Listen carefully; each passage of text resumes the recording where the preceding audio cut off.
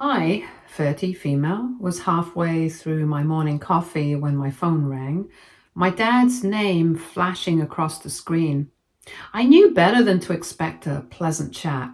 He never called just to check in. There was always a reason, and more often than not, that reason involved him demanding something. But after everything that had happened over the years, I wasn't in the mood to humor him. Still, I picked up, if only to see what favor he was about to frame as an obligation. Right away, he jumped into it, acting like this was a conversation we'd already had, and I was just being slow to catch up. He said that since I was doing well for myself, it was only fair that I take in my stepsister, Risa, 29, female. She had been going through a rough time, which was conveniently never defined and needed a place to stay while she got back on her feet. I barely had time to process it before he went straight into a lecture about how family takes care of family, how he had done his duty raising me, and now it was my turn to step up. That was when I set my coffee down because I already knew where this was going. I asked him flatly why, of all people, I was the one who had to take Risa in. He scoffed like the answer was obvious. He and his wife, his new wife, not my mother, were ready to retire. They had plans, travel, relaxation, no stress.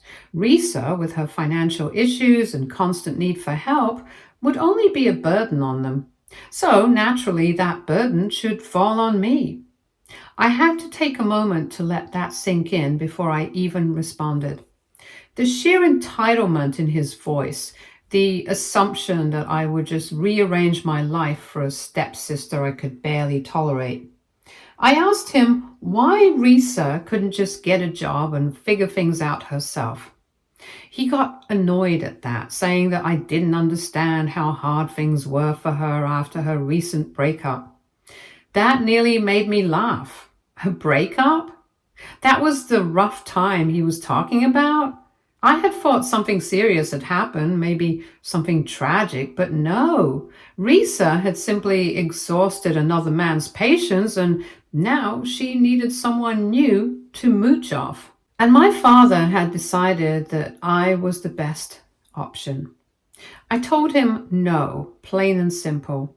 He wasn't expecting that. I could hear the irritation creeping into his voice as he tried to reframe it as if I hadn't understood what he was saying. He told me that I had space, that I could afford it, and that it wasn't a big deal. I told him it was a big deal to me. I reminded him that Risa and I were never close, that she had spent years making snide comments about me, putting me down, and most disgustingly trying to get too friendly with my husband despite knowing full well that we were married. And yet, I was supposed to welcome her into my home. I was supposed to trust her under the same roof as my husband. Absolutely not. But my father wasn't interested in logic or fairness. He huffed, saying I was being selfish and holding on to grudges like a child. And then he played what he thought was his trump card. He said that if I wasn't going to take responsibility for my family, then maybe it was time for him to sell my childhood home. I laughed at how confident he sounded, how sure he was that this threat would scare me into obedience. I let him rant about it, how he would put the house on the market, how he could use that money for his retirement, how it was his house anyway, since he was the parent. He had no idea. I took a slow sip of my coffee and asked him very calmly if he was sure the house was his to sell. He brushed that off, saying of course it was. It had been in the family for years. It was his parents' house before it became his. And now, if I wasn't going to act like a good daughter, it was his right to sell it. I waited a beat before telling him the truth. He didn't own the house. He never did. The house had been left to me in my grandparents' will years ago. They had made their decision clear. He wasn't going to get it. They knew what kind of man he was. They knew what he would do if given the chance, so they had protected me. I told him all of this and then sat back waiting for his reaction. For the first time in the conversation, he was silent.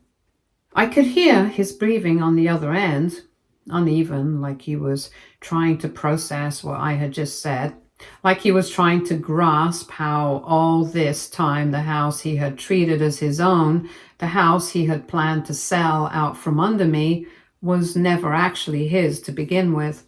And then the anger came. He demanded to know why no one told him. I told him it wasn't my problem. He demanded to know when this happened. I told him it didn't matter. He demanded to know why my grandparents would do something so unfair. I told him we both knew the answer to that. And then he did what he always did when things didn't go his way. He started cursing, ranting, acting as if he was owed something just because he existed. He accused me of stealing from him, of taking away his rightful inheritance, and of being an ungrateful daughter. I told him he could throw whatever tantrum he wanted, but the facts wouldn't change. The house was mine. And I had no intention of letting him or Risa use it as some kind of bargaining chip to make their lives easier. I could hear the desperation creeping into his voice now, like he realized just how much he had lost. He switched tactics, suddenly trying to sound reasonable. He said maybe we could work something out. Maybe Risa could stay for just a little while. Maybe we could talk about compromises. I told him there was no compromise to be made. Risa wasn't moving in, and neither of them would be seeing a cent from the house. I could hear the rage bubbling up in him again, but I didn't give him the chance to say another word. I ended the call. Update 1. After hanging up on my father, I expected him to stew in his anger for a while. Maybe take a few days to come up with some new angle to manipulate me into doing what he wanted. But I had clearly underestimated just how desperate he was. Because the very next day I woke up to a flood of messages, not just from him, but from Risa, and even a few relatives who usually stayed out of our family's mess. It didn't take long to piece together what had happened. My father, upon realizing that I wasn't going to cave, had gone into full damage control.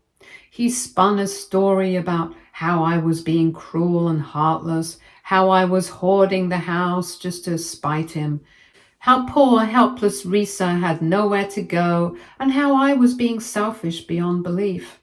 Some relatives were more subtle, just asking if I had really refused to help family in need, and others were more aggressive, outright telling me I was a disappointment and ungrateful for everything my father had done for me. I didn't respond to any of them, because at the end of the day, none of them knew the full story.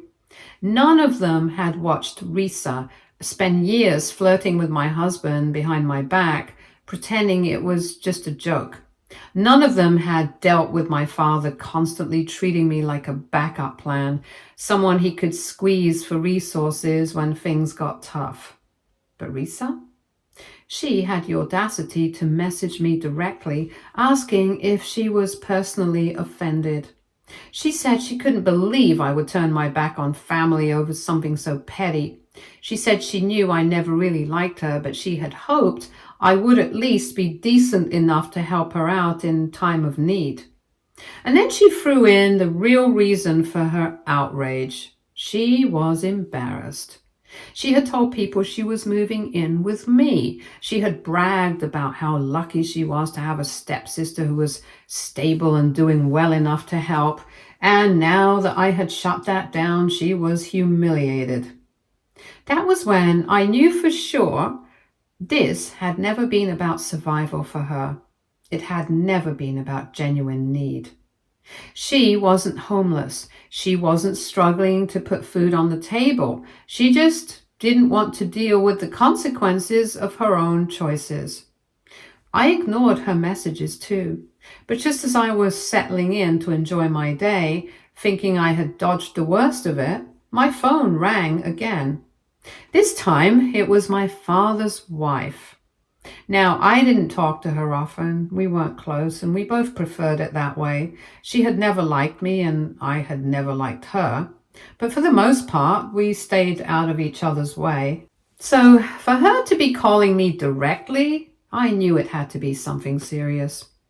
I picked up, already bracing myself for whatever nonsense she was about to throw my way. And she did not disappoint.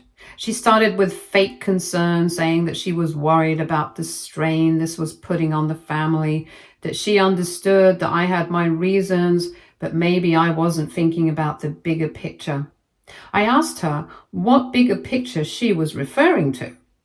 And that was when she slipped. She said that if I didn't do the right thing and take Risa in, it was going to make things very difficult for my father. That with his retirement plans, this whole situation was putting a lot of stress on him, and maybe I should consider that before making things worse. I almost laughed at how transparent she was being, because at that moment, it was so obvious. This wasn't even about Risa anymore. This was about them. They weren't pushing Risa onto me just because they wanted her to have a place to stay. They were pushing her onto me because they wanted to be rid of her themselves. They didn't want to deal with her constant need for help, her inability to hold down a job, and her refusal to take responsibility for her own life. They wanted to be free of her so that they could live their perfect little retirement fantasy without her dragging them down. And I was supposed to be their solution. I asked her plainly why she and my father didn't want Risa living with them. She hesitated just a fraction too long before saying that it wasn't about what they wanted, it was about what made sense. That since I had more space and more stability, it was just logical for me to take her in. I let out a short laugh, unable to hold it back anymore. I told her that if they were so desperate to get rid of Risa, they could find her an apartment. They could help her get on her feet. But she cut me off, snapping that they weren't made of money, that they had a retirement to think about. And there it was, the real reason behind all of this. It was never about family, never about doing what was best for Risa. It was about them and their money. I let out a slow breath and told her very calmly that I had no interest in fixing their problems, that Risa was their responsibility, not mine. And just to twist the knife, I let her know that since my father had made it so clear that he would sell the house if I didn't cooperate, I had actually been thinking about selling it myself. She practically choked on her next words. She asked me what I meant. I told her I meant exactly what I said. If my father was so eager to cash in on the house, then maybe I would do it myself. Except, instead of giving him a dime, I'd use that money to move somewhere far away, somewhere he wouldn't be able to find me or expect anything from me. She tried to backpedal, suddenly switching tactics. She said that maybe they had been a little too pushy and that surely we could work something out. I told her there was nothing to work out, and then I hung up. I knew my father wouldn't let this go so easily. Update 2. And I was right, because the very next day he showed up at my house and he wasn't alone. When I opened my door and saw my father standing there, I wasn't surprised. What did surprise me was the fact that he had brought Risa with him.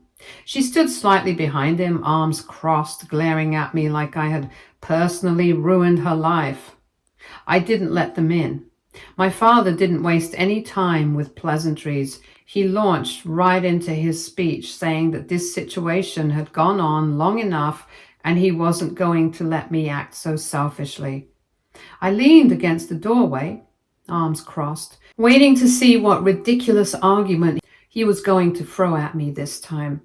He said he had raised me better than this, that family takes care of each other, and I was acting like a stranger to my own stepsister.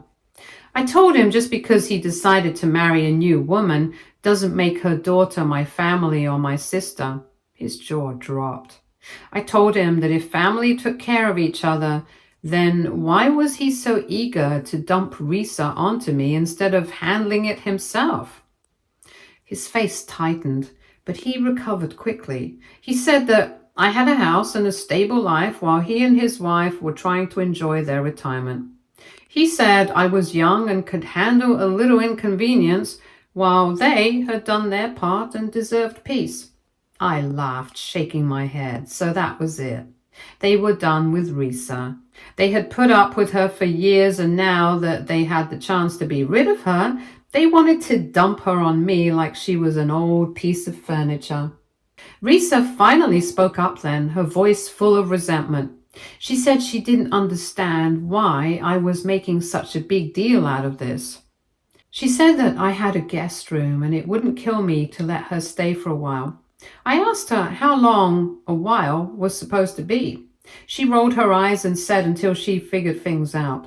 I asked her what figuring things out actually meant. She scoffed, saying that she would get a job eventually and that I didn't need to act like I was her parent. I stared at her for a long moment before asking her how that worked out last time. She bristled, but I didn't give her a chance to respond. I reminded her that she had already lived with my father rent-free, eaten his food, used his money, and never made an effort to be independent. I asked her why I should expect anything different from her now. She went red in the face and sputtered that this time was different. I asked her how. She didn't have an answer. I asked her, why should I bear a little inconvenience for a woman who flirts with my husband every chance she gets, even after being shut down every single time? Her face turned red. In fact, her entire body did. My father cut in before she could embarrass herself further, saying that this was exactly why he didn't want to argue over the details. He said the solution was simple. Risa moves in with me. I help her for a few months and everything works out. I shook my head and told him I wasn't interested in his version of a solution. He narrowed his eyes and warned me that I was being ungrateful. He said that he had let me keep the house for all these years and that he could have sold it at any time, but he chose not to because he wanted me to have it. I let out a short laugh. There it was. The real reason he had shown up at my doorstep. He wasn't here to convince me. He was here to threaten me. I told him he didn't let me keep the house. I owned it, that his name wasn't on it. Risa's mouth fell open. She turned to him, her eyes wide, and asked him if that was true. He hesitated just for a second before snapping that it didn't matter. He said this house was part of the family, that it had been his for years and that it should still be under his control. I raised an eyebrow and asked him if he had conveniently forgotten that I inherited it from my grandparents. His face darkened. He said he thought he could trust me to do the right thing. I asked him if the right thing meant being his backup plan whenever he didn't feel like dealing with his responsibilities. I told him he could have married a woman without children. There were plenty out there. He snapped that it wasn't like that. I tilted my head and asked him what it was like then. He fumbled for a moment and then huffed and said he wasn't going to argue with me. He said I had one last chance to do the right thing, to let Risa move in, to stop being so selfish, or he would have no choice but to cut ties with me. Risa smirked like she had already won. I met his eyes and told him to go ahead. He blinked, caught off guard. I told him that if he wanted to cut ties over this, then I wasn't going to stop him. That in fact, it would actually make things a lot easier for me. He faltered, but Risa wasn't ready to give up yet. She scoffed and said that I was being dramatic and that I was choosing to ruin the family over nothing. I told her that she wasn't my family, that she had spent years treating me like a joke, like my husband was fair game, like she could do whatever she wanted without consequences. I told her that my decision wasn't just about her needing a place to stay. It was about the fact that she had never respected me, my home, or my marriage. Her smirk slipped just a little. She snapped that she was just joking about my husband. I asked her if she really thought I was stupid enough to believe that. She opened her mouth and then closed it again like she couldn't figure out what to say. My father was seething by this point, clearly realizing that I wasn't going to bend to his will. He snapped that I was going to regret this, that one day when I needed family, I was going to wish I had helped Risa. I asked if he really thought I would call Risa or him if I needed help. He looked embarrassed. I told him that I would take my chances, then I shut the door in their faces. I stood there for a moment, heart pounding, listening to them fume on the other side. Then, after a few seconds, I heard them stomp away. I let out a long breath, feeling lighter than I had in years. For the first time, I had stood my ground completely. But I knew my father well enough to know he wasn't done yet. Update 3. 2 weeks after I slammed the door in my father's face, my phone buzzed with an unfamiliar number. At first, I thought about ignoring it, but something told me to pick up. The moment I answered, a woman introduced herself as a real estate agent and asked if I had a moment to discuss the sale of my property. For a second, I just stood there confused. The sale of my property? I hadn't put my house up for sale, not yet. I told her she must have the wrong number, but she hesitated before asking if I was my father's daughter, and that was when it clicked. I took a deep breath and asked her what exactly my father had told her. She explained, sounding a little uneasy, that he had come to her office earlier that morning claiming to be the owner of my house. He told her that he was ready to sell, that he wanted it done as soon as possible, and that he was looking for serious buyers only. She had started the process, but when she went to pull up the property records, she had noticed his name wasn't anywhere on it. That was when she decided to call the real owner, me. I let out a short laugh, shaking my head. I asked her if my father had really thought he could get away with this. She sighed and said that unfortunately, some people thought they could pull stunts like this. I told her I appreciated the call and that I'd handle it. But before I could hang up, she hesitated. Then she said something that made me stop in my tracks. She said that if I was considering selling the house, she had already spoken to several interested buyers. That caught my attention.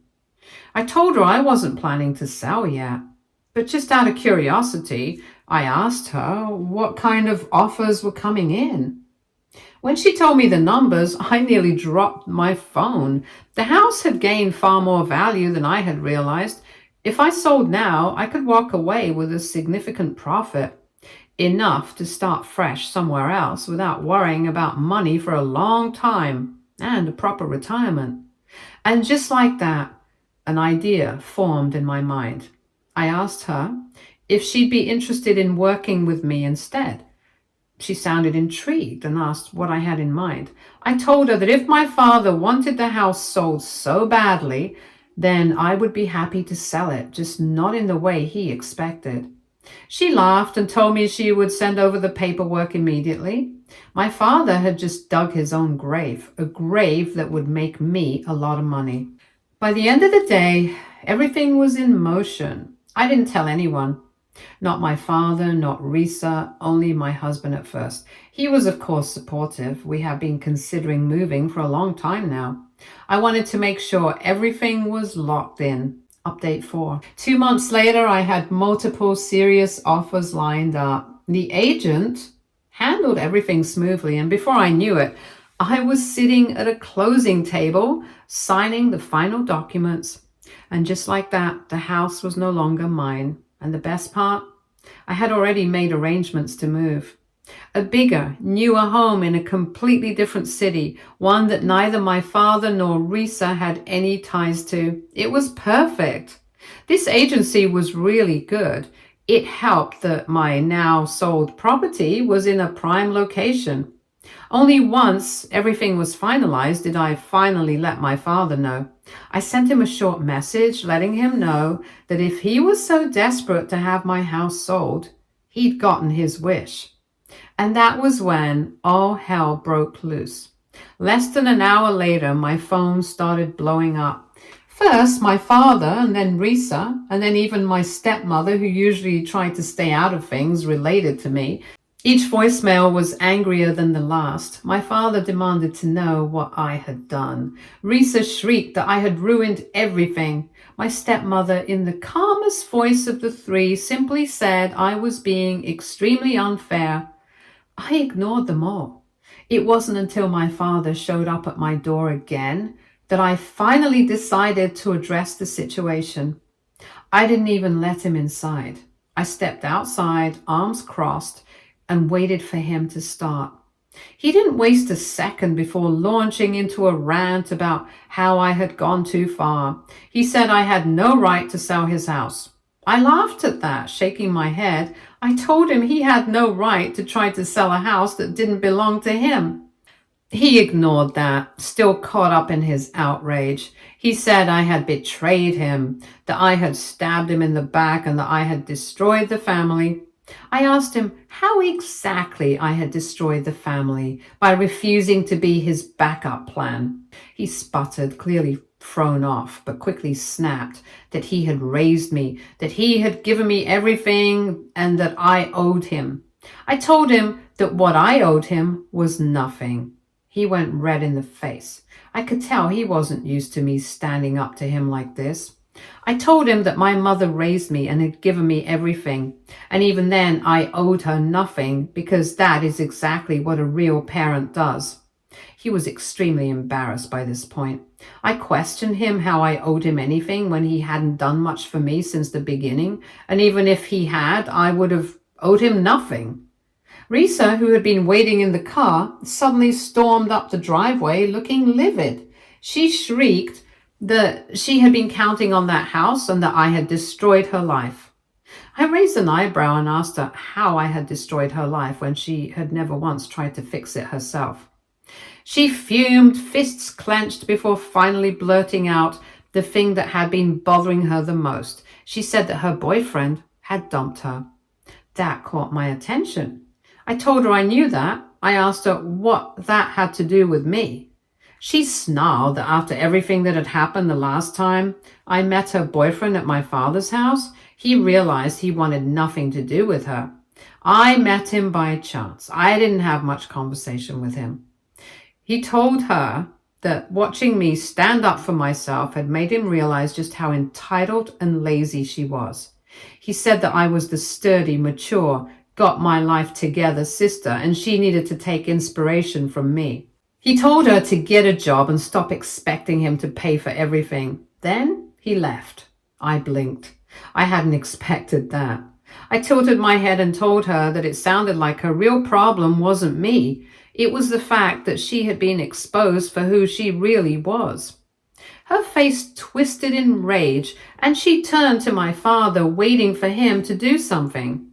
But for the first time, he seemed to have nothing to say. He stood there, mouth tight, looking at me like he had never seen me before. Maybe he really hadn't. I looked between the two of them and then shrugged and said I had nothing else to say to them. Then I turned around and walked inside, shutting the door behind me. This time, I knew they wouldn't be coming back, because they wouldn't find me even if they tried. And honestly, that was the best feeling in the world. Update 5. A month later, my husband and I were settling into our new home, a place neither my father nor Risa had any idea existed. We had packed up, moved out, left behind everything tying us to them. No more unexpected visits, no more entitled demands, no more manipulation. I had blocked their numbers and given no forwarding address. My mother and my in-laws knew where we were, and I made sure they wouldn't tell him. Stay tuned for more stories from Argo Relationships.